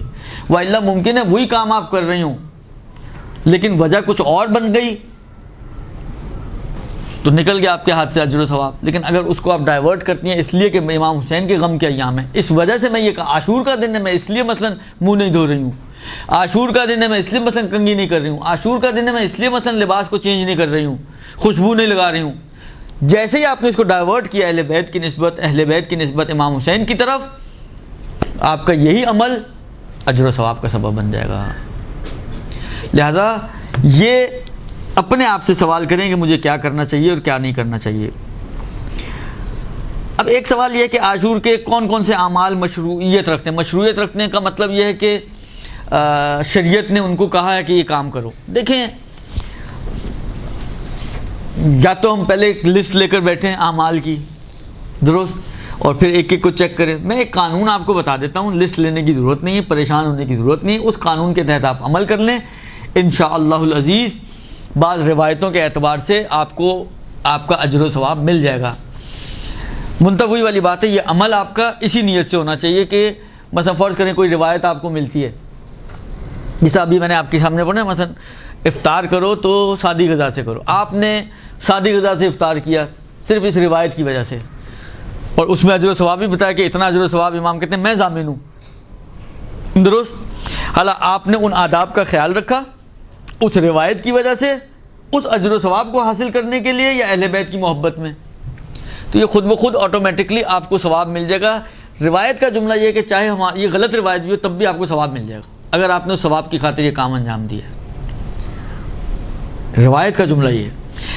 لہذا اسی وجہ سے فقہا کہتے ہیں کہ جو بھی عمل، مثلا مفاتیح کھولیں، جو اعمال لکھے ہوئے آپ جو کرنا چاہیں آپ رجا کی نیت سے کر لیں۔ رجا کا مطلب یہی ہے کہ اگر یہ ائمہ نے کہا ہوگا، دیکھیں دو چیزیں ہوتی ہیں، ایک دفعہ تو واقعی ائمہ نے کہا ہے تب تو ثواب ملے گا ہی ملے گا، لیکن ائمہ نے نہیں بھی کہا ہوگا تب بھی ثواب ملے گا۔ تب کیوں ملے گا؟ آپ کے جذبے کے اوپر، یعنی آپ ایک اطاعت کا جذبہ شو کر رہی ہیں نا، بھائی ایک لمبی سی نماز لکھی ہوئی ہے، عاشور کی رات کے اعمال میں دیکھیں اور دن میں بھی دیکھیں نمازیں دی ہوئی ہیں نا، اب 100 رکعت نماز ہے، 100 رکعت نماز پڑھنا 6 دن کے لگ بھگ کی نماز بن جاتی ہے، ایک دن کی پڑھنا مشکل ہوتی ہے، وہ 6 دن کی نماز آپ نے ایک وقت میں پڑھنی ہے۔ اب آپ کھڑی تو ہو گئی، اب آپ کے ذہن میں آیا یار پتہ نہیں ثواب ملنا ہے نہیں ملنا، روایت صحیح ہے صحیح نہیں ہے، آپ پڑھتی رہیں اسی اجر و ثواب کی خاطر جو اس روایت میں بیان ہوا ہے، تو چاہے جھوٹی روایت بھی ہوگی تب بھی آپ کو ثواب مل جائے گا، اس لیے کہ آپ نے ایک جذبہ تو شو کیا نا اپنا، آپ نے اپنی آمادگی کا اظہار کیا کہ خدایا میں اس عمل کو اس ثواب کی خاطر تیرے رسول کی وجہ سے یا ائمہ کی وجہ سے جو انہوں نے فرمایا میں کر رہی ہوں، تو آپ کا اس جذبے کو شو کرنا بتا رہا ہے کہ آپ کے اندر اہل بیت کی اطاعت کا ایک جذبہ موجود ہے، اسی جذبے پہ آپ کو ثواب مل جائے گا۔ لہذا رجا کی نیت سے کوئی بھی عمل آپ جو دیا ہوا ہے مفاتیح میں، یا آپ کو کوئی اور کتابچے بٹتے ہیں، بعض اوقات پمفلٹ بٹتے ہیں، اس میں اعمال عاشورہ دیے ہوئے ہوتے ہیں، آپ وہ اعمال کریں، رجا کی نیت سے کریں، سارے کے سارے اعمال جو وہاں پر بیان ہوئے ہیں آپ رجا کی نیت سے کریں، آپ کو انشاءاللہ العزیز پروردگار عالم ان اعمال پر اجر و ثواب عطا کرے گا، درست؟ لہذا اب اس چکر میں نہ پڑیں کہ کس کو شریعت نے اجازت دی اور کس کو، ہاں یہ تو ان اعمال کا ہے جو مثلا مفاتیح میں ہے یا بعض کتابچوں میں آپ کو ملتے ہیں۔ اچھا بعض مراسم عزاداری ہیں، اب اس میں تو اعمال کا پوچھا لیکن میں ایک بات آئیے اس کو بھی عرض کرتا ہوں، بعض مراسم عزاداری ہیں جیسا انہوں نے بھی کہا، بعض مراسم کی طرف انہوں نے اشارہ کیا۔ بات دیکھیں میں آپ کو بتاؤں، جتنے بھی مراسم عزاداری ہیں ممکن ہے آپ روایتیں ڈھونڈنے جائیں، علم نکالو کوئی روایت نہیں ملے گی جس میں علم کا کوئی تذکرہ مل جائے آپ کو کہ علم نکالنا مستحب ہے یا جائز ہے یا جائز نہیں ہے۔ مثلا ابھی تو حرام و حلال کی بات ہو رہی ہے، ابھی تو استحباب کی تو بات کا مرحلہ ہے، ابھی تو کہانیاں حرام و حلال کے اوپر چلتی ہیں۔ یا مثلا فرض کریں کہ جلوس نکالنا، یا مثلا فرض کریں کہ زلجنا، تابوت، تعزیہ، یہ ساری چیزیں اتنا کچھ ہمارے جلوسوں میں ہوتا ہے، آیا ان کے اوپر کوئی دلیل ہے کہ یہ صحیح ہیں؟ یا مجلس جو برپا کرتے ہیں، خود مجلس، جلوس، ماتم، رونا، پیٹنا اپنے آپ کو، آئے ساری وہ چیزیں ایسی کوئی چیزیں ہیں کہ جن کے اوپر دلیلیں موجود ہیں ہمارے پاس کہ ہم یہ سارے کام کرتے ہیں؟ دیکھیں کچھ چیزیں تو واقعاً ایسی ہیں کہ جن کے اوپر واقعاً دلیل ہے، مثلا بعض صحیح روایتوں میں یہ آیا ہے کہ کل جزاء مکروہ الا الجزاء علی الحسین فانہ ماجور،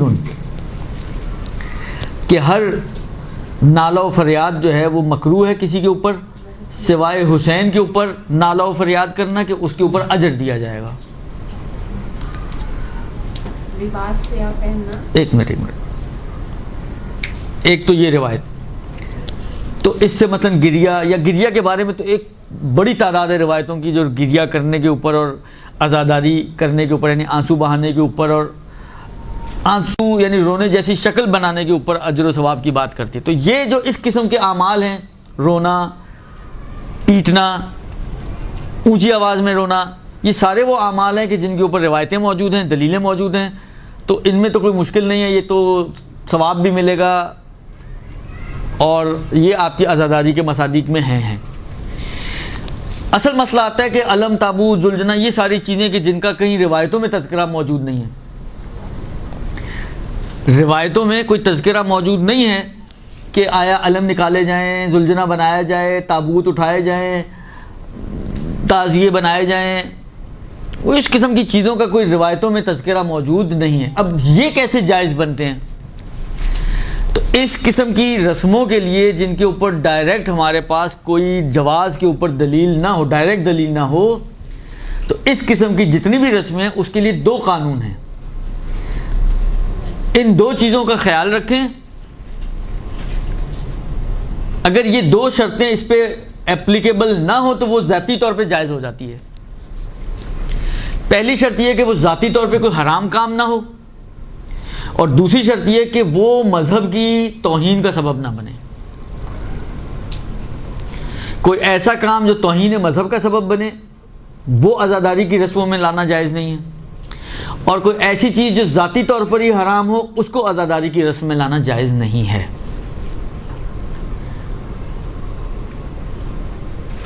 مثلا اب ایک مثال مجھے یاد آ رہی ہے، میں ڈرتے ڈرتے چلیں یہ دے دیتا ہوں مثال، اب کیونکہ نہیں ہو رہا، شاید ایک زمانے میں یہ شروع ہوئی تھی کہانی کہ بعض علاقوں میں عاشور کے دن بعض حیوانات کو ذبح، مثلا بکروں کو ذبح کیا جاتا تھا قبلے وغیرہ کی طرف دیکھے بغیر، شرط کا خیال رکھے بغیر، اور پھر وہی گوشت تقسیم بھی کیا جاتا تھا، کھایا بھی جاتا تھا، خون جو ہے وہ گردنوں وردنوں پہ پتہ نہیں عورتوں کی لگایا جاتا تھا، اس قسم کی چیزیں جو بے اولاد خواتین ہوتی تھیں۔ اب یہ چیزیں فرض کریں اگر عورتوں کی گردنوں پہ وہیں پر ہی خون لگایا جا رہا ہے جہاں پہ نامحرم موجود ہو تو حرام ہے نا، ان کے لیے کھولنا حرام اور لگانے والے کے لیے ٹچ کرنا حرام۔ یا ایسا گوشت کھانا کہ جو ذبح شرعی نہ ہو، قبلے کا خیال نہ رکھا وہ اس کو گوشت کو کھانا، اب یہ اگر عزاداری میں آ جائیں تو یہ صحیح نہیں ہے، ان کو تو نکالنا ہی پڑے گا، اور الحمدللہ شاید نکل چکی ہیں یہ چیزیں۔ لیکن ایک چیز جو ذاتی طور پہ حرام نہیں ہے، مثلا علم، مگر کہیں ممانعت آئی ہے کہ علم اٹھانا یا علم بنانا حرام ہے،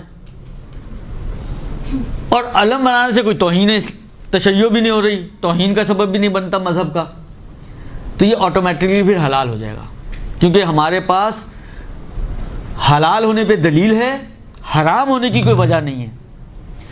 حلال پر دلیل ہے، وہ روایتیں ہیں جو کہتے ہیں کہ ہر چیز آپ کے لیے حلال ہے سوائے وہ کہ جو حرام ہو، ان کی حرمت پہ کوئی دلیل نہیں ہے، نہ کوئی ذوالجناح بنانے کی ممانعت آئی ہے، نہ کوئی علم، تابوت، تعزیہ، اس قسم کی کسی بھی چیز کو بنانے کی کوئی ممانعت نہیں آئی ہے، لہذا یہ بھی آٹومیٹکلی حلال ہو جاتے ہیں۔ درست؟ بس اس اعتبار سے یہ تقریباً جو مراسم ہماری عزاداری میں ہیں وہ جائز ہیں، اور ان کو انجام دینے میں کوئی حرج نہیں ہے۔ اگر ان کو آپ اہل بیت کی خاطر انجام دیں تو کوئی بعید نہیں ہے کہ ان کے اوپر اجر و ثواب بھی آپ کو ملے گا۔ جی سوال کروں آپ سے کہ یہ جو مراسم جو بڑے صغیر انڈو پاک میں جو مراسم عزاداری ہے وہ دوسرے ممالک میں جو ہمارے میں جو ہوتا ہے، جیسے آپ ایران لے لیں، عراق لے لیں، تو وہاں پر اس طرح کا نہیں ہوتا ہے، جیسے وہاں جو ہوتا ہے ادھر بھی بہت کچھ ہوتا ہے، آپ کو پتہ نہیں ہے۔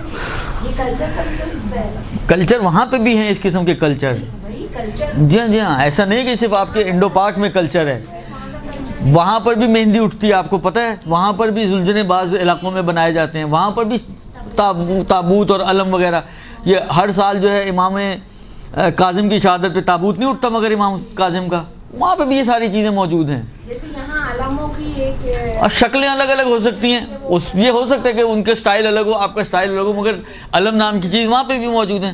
آپ دیکھیں ہر جو جلوس ان کے دستے ہوتے ہیں وہ دستے سے آگے ایک پرچم لے کر لہرا رہے ہوتے ہیں، خود ان کا علم ہی ہے،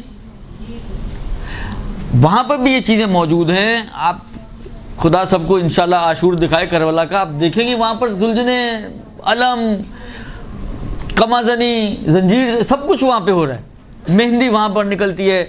ایک 6 محرم کو 7 محرم کو ایک کلپ چل رہا تھا حضرت، یعنی بچوں کے عالمی دن کے حوالے سے کچھ اس قسم کی چیز تھی جو ایران میں بھی بنایا گیا تھا، وہ ایک بڑی تعداد لوگوں کی وہ ہر جگہ پہ موجود ہے وہ۔ تو اس قسم کے ٹرینڈ، بس میں نے کہا نا 2 شرطوں کا خیال رکھنا ہے، ذاتی طور پہ وہ چیز حرام نہ ہو اور توہین مذہب کا سبب نہ بنے تو وہ چیز جائز ہو جاتی ہے خود بخود۔ ایک سوال یہ ہے کہ زیارت میں 100 دفعہ زیارت عاشورہ میں، اس پہلا سوال یہ کہ زیارت عاشورہ کی نماز کب پڑھی جائے، پہلے یا بعد میں؟ دیکھیں بعض روایتوں میں ایک جملہ ہے وہ تفصیل دیتی ہیں کہ اگر آپ زیارت دور سے کر رہے ہوں تو پہلے نماز پڑھیں۔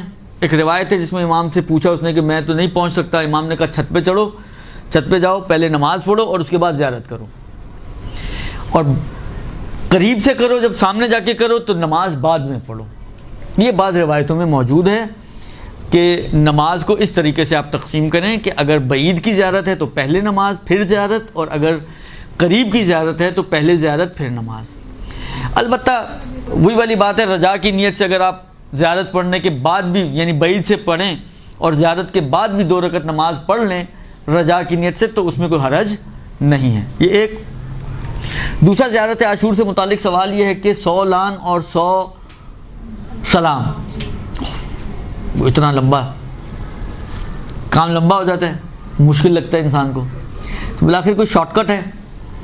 جی ابھی پہلے میں جواب دے دوں پھر دیکھیں کوئی شاید آپ کو سوال آپ کا حل ہو جائے۔ کوئی شارٹ کٹ ہے اس کا؟ دیکھیں اصل تو یہی ہے کہ جیسے روایت آئی ہے اس کو اسی طرح انجام دیں آپ۔ اگر ایک روایت ایسے وارد ہوئی ہے کہ یہ پڑھو، جب لان تک پہنچو تو 100 مرتبہ لان پڑھو، یہ پورا جملہ، اور 100 مرتبہ یہ پورا سلام پڑھو، تو اصل تو یہی ہے کہ اس کو اسی طریقے سے انجام دیں تو ہی وہ یعنی جو اس کا پورا بینیفٹ ہے وہ اس پوری زیارت کے اوپر ملے گا آپ کو۔ اصل قاعدہ اور قانون کے تحت یہ ہے۔ لیکن ایک روایت ہے جو امام ہادی علیہ الصلوۃ والسلام سے نقل ہوئی ہے،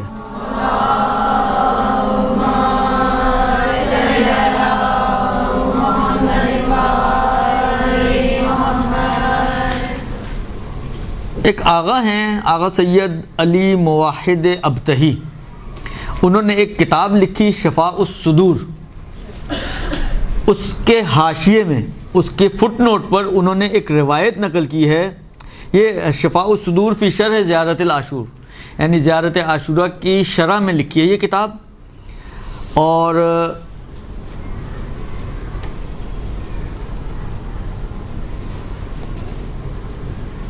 وہاں پر ایک حاشیے میں ایک روایت نقل کی ہے جو 10ویں امام سے نقل ہوئی ہے۔ امام فرماتے ہیں قالا من قرأ لعن زیارت العاشورہ المشہورہ مرۃ واحدۃ ثم قال اللہم لعنہم جمیعا 99 مرہ کان کمن قرأ 100 مرہ۔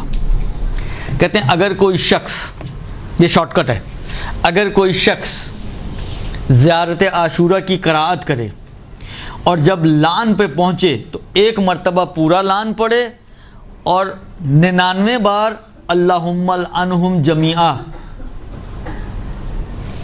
جو آخری حصہ ہے لعن کا، اللہم لعنہم جمیعا، اس کو 99 بار ریپیٹ کرے، اس کو 99 بار ریپیٹ کرے تو یہ گویا ایسا ہی ہے کہ اس نے پورے ہی جملے کو 100 دفعہ پڑھ لیا ہو۔ یہ 10ویں امام کی روایت کا ایک جملہ ہے۔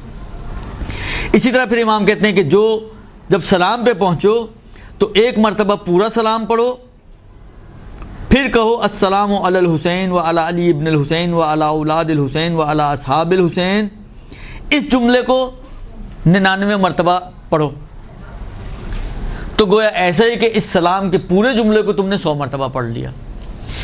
یہ ایک روایت، میں نے کہا نا آپ رجا کی نیت سے اس پر عمل کر سکتے ہیں۔ اس روایت کے مطابق 100 دفعہ اس طرح سے پڑھیں یا 100 دفعہ اس طرح سے پڑھیں، ایک ہی جیسا ہے، لیکن پھر بھی ریکمینڈڈ یہ ہے کہ اگر وقت ہو، ہمت حوصلہ ہو تو ویسے پڑھیں۔ بعض علماء نے نقل کیا کہ آیت اللہ عراقی کے بارے میں ایک شخصیت گزرے، قم میں ہوتے تھے، امام خمینی کے بعد ان کی تقلید ہوئی تھی کچھ مدت کے لیے، آغا گل پائگانی، ان کے بعد وہ آغا عراقی محمد علی عراقی، ان کے بارے میں نقل کیا جاتا ہے کہ وہ ایک جب تک ان کی صحت نے اجازت دی، ان کی روٹین تھی، چاہے سردی ہو، چاہے گرمی ہو، چاہے برف ہو، وہ اپنی چھت پر جایا کرتے تھے گھر کے، اور قبلہ رخ ہو کر زیارت عاشورہ 100 لان اور 100 صلوات کے سلام کے ساتھ پڑھا کرتے تھے پوری ان کی روٹین تھی. اس کے اپنے اثرات ہیں, اس کے اپنے فوائد ہیں, لیکن امام ہادی علیہ السلام فرماتے ہیں کہ اگر کوئی اس طرح سے بھی کر لے تو گویا ایسے ہی کہ اس نے اسی طرح سے پڑھ لیا. ٹائم ہو, ہمت حوصلہ ہو تو اس طرح سے پڑھیں, نہ ہو تو پھر اس شارٹ کٹ کی طرف جائیں. درست. البتہ بعض نے اس کو کسی اور انداز سے بھی معنی کیا ہے, لیکن وہ میرے کو تو اتنا ہضم نہیں ہوتا. آپ کو ہو جائے تو ایک الگ مسئلہ, لیکن وہ معنی اتنا مجھے مزیدار نہیں لگتا. وہ یہ ہے کہ آپ یوں کریں, جب لان پڑھیں تو لان پڑھنے کے بعد ختم کریں اللہم العنہم جمیعا میں امرہ. یہ لفظ میں امرہ یعنی 100 بار. لیکن 100 بار کہنے سے 100 بار ہو تو نہیں جائے گا, اس لیے میں کہہ رہا ہوں کہ یہ مجھے تو ہضم نہیں ہوتا. اسی طرح سلام میں بھی جب آپ سلام پڑھیں اولاد الحسین و اصحاب الحسین میں امرہ یعنی 100 بار. تو یہ بھی بعض نے کہا کہ یہ بھی ہو سکتا ہے, بعض نے کہا کہ یہ بھی ہو سکتا ہے, یعنی وہ اس روایت سے جو امام ہادی کی ہے اس سے یعنی اس کے سمجھنے میں تھوڑا اختلاف ہوا ہے. بعض نے اس طرح سے سمجھا ہے, بعض نے اس طرح سے سمجھا. لہذا آپ بعض کتابیں یا بعض مقالے پڑھیں گی تو اس میں انہوں نے دیا کہ اس سے نتیجہ نکلتا ہے کہ 3 طرح سے زیارت عاشورہ پڑھی جا سکتی ہے. ایک پورے 100 سلام اور 100 لان کے ساتھ پوری, ایک وہ جو پہلے میں نے بتایا, ایک وہ جو بعد میں نے بتایا. تو 3 طریقے ہو گئے زیارت عاشورہ کے. لیکن میں آپ کو مشورہ دوں گا کہ آپ تیسرے والے پہ تو نہ جائیں. پہلے 2 میں سے جو آپ کے حال و حوصلہ ہو اس کے حساب سے وہ آپ پڑھیں, تو اس کی بہت برکتیں ہیں, بہت اثرات ہیں, بہت فوائد ہیں. یہ آپ اپنی روٹین میں ڈال لیں. جی کیا موجود نہ ہو؟ گھر کی چھت پہ چلی جائیں, حالانکہ گیلری پہ چلی جائیں, ایک دیوار توڑ لیں, یہی ہو سکتا ہے. اور کیا کہوں میں, بے پردے کی کیوں ہو رہی ہو؟ آپ چادر لے کے جائیں. کس نے کہا بغیر چادر کے جائیں؟ کھڑا رہے. آپ گیلری میں, وہ کھڑکی میں کھڑا ہے, آپ گیلری میں کھڑی ہو جائیں. آخر سڑک پہ بھی تو نکلتے ہیں نا, ہم لوگ نکلتے ہیں نہیں نکلتے ہیں. دیکھیں جو جتنا, ایک بات یاد رکھیں, امیر المومنین علیہ الصلوۃ والسلام کی ایک روایت ہے, امام فرماتے ہیں ما لا یدرک کلہ لا یترک کلہ. میں اس کا ترجمہ عام طور پہ محاورے والا کروں نا تو یہ کرتا ہوں کہ بھاگتے چور کی لنگوٹی. بھاگتے چور کی لنگوٹی یعنی اگر چور نہیں مل رہا تو لنگوٹی مل رہی تو وہ کیوں چھوڑ لے ہو. مولا بھی کہتے ہیں کہ جو عمل فرض کریں پوری خصوصیات کے ساتھ, اگر نہیں مل رہا تو پورے کو چھوڑ نہ دو, جتنا میسر ہے اتنا کر لو. اب بقول آپ کے نہ دیوار ٹوٹ سکتی ہے, نہ کوئی گیلری ہے, نہ کوئی چھت ہے, نہ کوئی سین ہے, تو صحیح ہے بند کمرے میں پڑھ لیں, یہ تو کر سکتے ہیں. تو جتنا میسر ہو اتنا انجام دیں. اب وہ دیکھیں ثواب دینا میرا کام نہیں ہے, نہ اللہ نے مجھے کوئی نمائندگی دی ہے ثواب کا, نہ ٹھیکہ دیا ہے. ثواب دینا اللہ کا کام ہے, وہ آپ کی نیتوں کو جانتا ہے, وہ آپ کی مشکلات کو جانتا ہے. اب وہ پورا دیتا ہے یا آدھا دیتا ہے وہ جانے اور آپ جانے, اس کا میں کچھ نہیں کہہ. ثواب کا میرے سے کوئی تعلق نہیں ہے, نہ میں کچھ جواب دے سکتا ہوں کہ کتنا ثواب ملے گا, مجھے کیا پتہ کتنا ملے گا. ہاں جی مشکل کام ہے.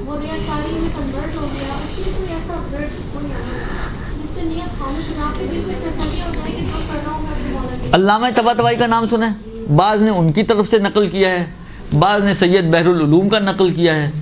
حالانکہ دونوں کا بھی ہو سکتا ہے کہ الگ الگ موقعوں پر دونوں کے ساتھ یہ واقعہ پیش آیا ہو کہ ان 2 میں سے کوئی ایک یا دونوں ہی بالآخر اپنے اپنے زمانے میں ایک محفل میں بیٹھے ہوئے تھے اور مسکرا رہے تھے.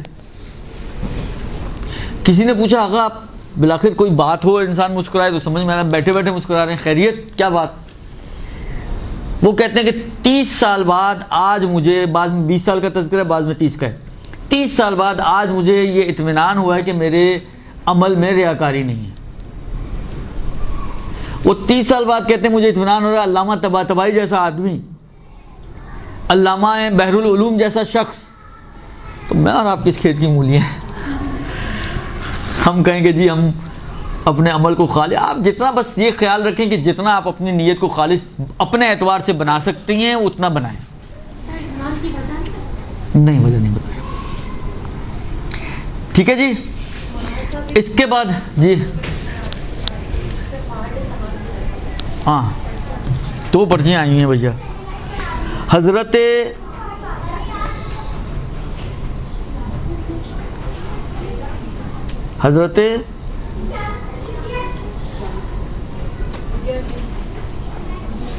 حجر بن عدی کون ہیں اور ان کا کردار؟ یہ کوئی سیرت اصحاب کے اوپر تو لیکچر نہیں ہو رہا کہ میں پوری تفصیل بتاؤں. یہ جو انہوں نے فرمایا مولا علی کے ایک صحابی ہیں اور جلیل القدر شخصیت تھی, اور ابھی تو اتنا ہی بتا سکتا ہوں. کیا محرم کے اس غم میں 7 صفر کو مولا امام موسیٰ کاظم کی ولادت آتی ہے, تو کیا اس ولادت کی خوشی منانا کیسا ہے؟ مطلب ہم ولادت منا سکتے ہیں؟ کیا چیز؟ آپ کی خدمت میں عرض کروں کہ بعض روایتوں میں, شاید یہ میسیجز آپ نے دیکھے ہوں گے, بعض روایتوں میں یہ ہے کہ 7 صفر ایک طرف اگر امام کاظم کی خوشی کا دن ہے تو دوسری طرف امام حسن مجتبیٰ کی شہادت کا دن بھی ہے. ایک روایت کے مطابق ایک تو 28 صفر ہمارے ہاں منائی جاتی ہے اور مشہور ہے, لیکن ایک روایت جو زیادہ عام طور پر عراق ایران میں رائج ہیں, بعض فقہ حتیٰ مراجعین کے گھروں میں بھی یہ رواج ہے کہ 7 صفر کو وہ امام حسن مجتبیٰ کی شہادت مناتے ہیں. تو جب بھی ایک دن میں خوشی اور غمی دونوں جمع ہو جائیں تو کیا منانا چاہیے؟ آپ غم کو منائیں. اللہ امام حسن کی نہ بھی ہو, اگر سید الشہداء کا غم ہو اور امام کاظم کی ولادت ہو تب بھی آپ, کیونکہ ایام غم ہیں, تو ولادت کو اس طرح سے سیلیبریٹ نہ کریں کہ آپ کہیں جی خوشی کا دن ہے آج کو. ہاں مثلا آپ ائمہ کو پڑھ کے, امام کو پڑھ کے کچھ ہدیہ کر دیں تو یہی بہتر طریقہ ہے. ایک سوال بس, آخری سوال اور آپ کی زحمت. تمام شاہراہوں اور راستوں کو روک کر نماز ادا کی جا سکتی ہے؟ دیکھیں ایک مسئلہ آتا ہے, وہ جگہ جہاں پہ نماز پڑھنا مکروہ ہے اس کے اندر ایک ضمناً مسئلہ دیا ہوا ہے کہ اگر راستوں میں جو لوگوں کے گزرنے کی جگہ ہے, گزرگاہیں ہیں, وہاں پر اگر آپ کا نماز پڑھنا لوگوں کے لیے مزاحمت بن رہا ہو تو حرام ہے, درست. لیکن اگر فرض کریں پہلے سے ہی جلوس کے لیے روڈ سارے بند ہیں, یعنی آپ نماز نہ بھی پڑھیں تو بھی روڈ بند ہے, ٹریفک تو نہیں چلنی ہے اس پہ, مزاحمت کیا ہے, پھر کیا مسئلہ ہے؟ لہذا جلوس کے اندر نماز وغیرہ پڑھنے میں کوئی حرج نہیں ہے, یہ کوئی مزاحمت کا سبب نہیں بنتا. مزاحمت کی صورت میں بھی جہاں پر ہوتی بھی ہو وہاں پہ بھی فعل حرام ہے, نماز اس کی باطل نہیں ہے. راستہ روکا جو آپ نے, جس کی وجہ سے ٹریفک بلاک ہو گئی, آپ نے روڈ پہ مصلی بچھایا اور اللہ اکبر, اور پیچھے ٹریفک رکی ہوئی ہے, آپ کی نماز کا انتظار کر رہی ہے, تو یہ کام آپ نے حرام کیا. لیکن جو نماز آپ نے پڑھی ہے, نماز اپنی جگہ پہ صحیح ہے, نماز باطل نہیں ہے. یہ دو الگ الگ چیزیں ہیں. نماز کا باطل ہونا ایک کام ہے اور کام کا حرام یا حلال ہونا ایک دوسرا عمل ہے. فعل حرام لیکن نماز صحیح. لہذا اول تو وہاں پر اس قسم کی کوئی مزاحمت ہی نہیں ہوتی, اس لیے وہاں پر کسی قسم کی کوئی مشکل اور اشکال نہیں ہے. وہ صلی اللہ علیہ وآلہ وسلم. کچھ سوالات ابھی اور تھے لیکن بالآخر اب وقت آپ کا پورا ہو گیا.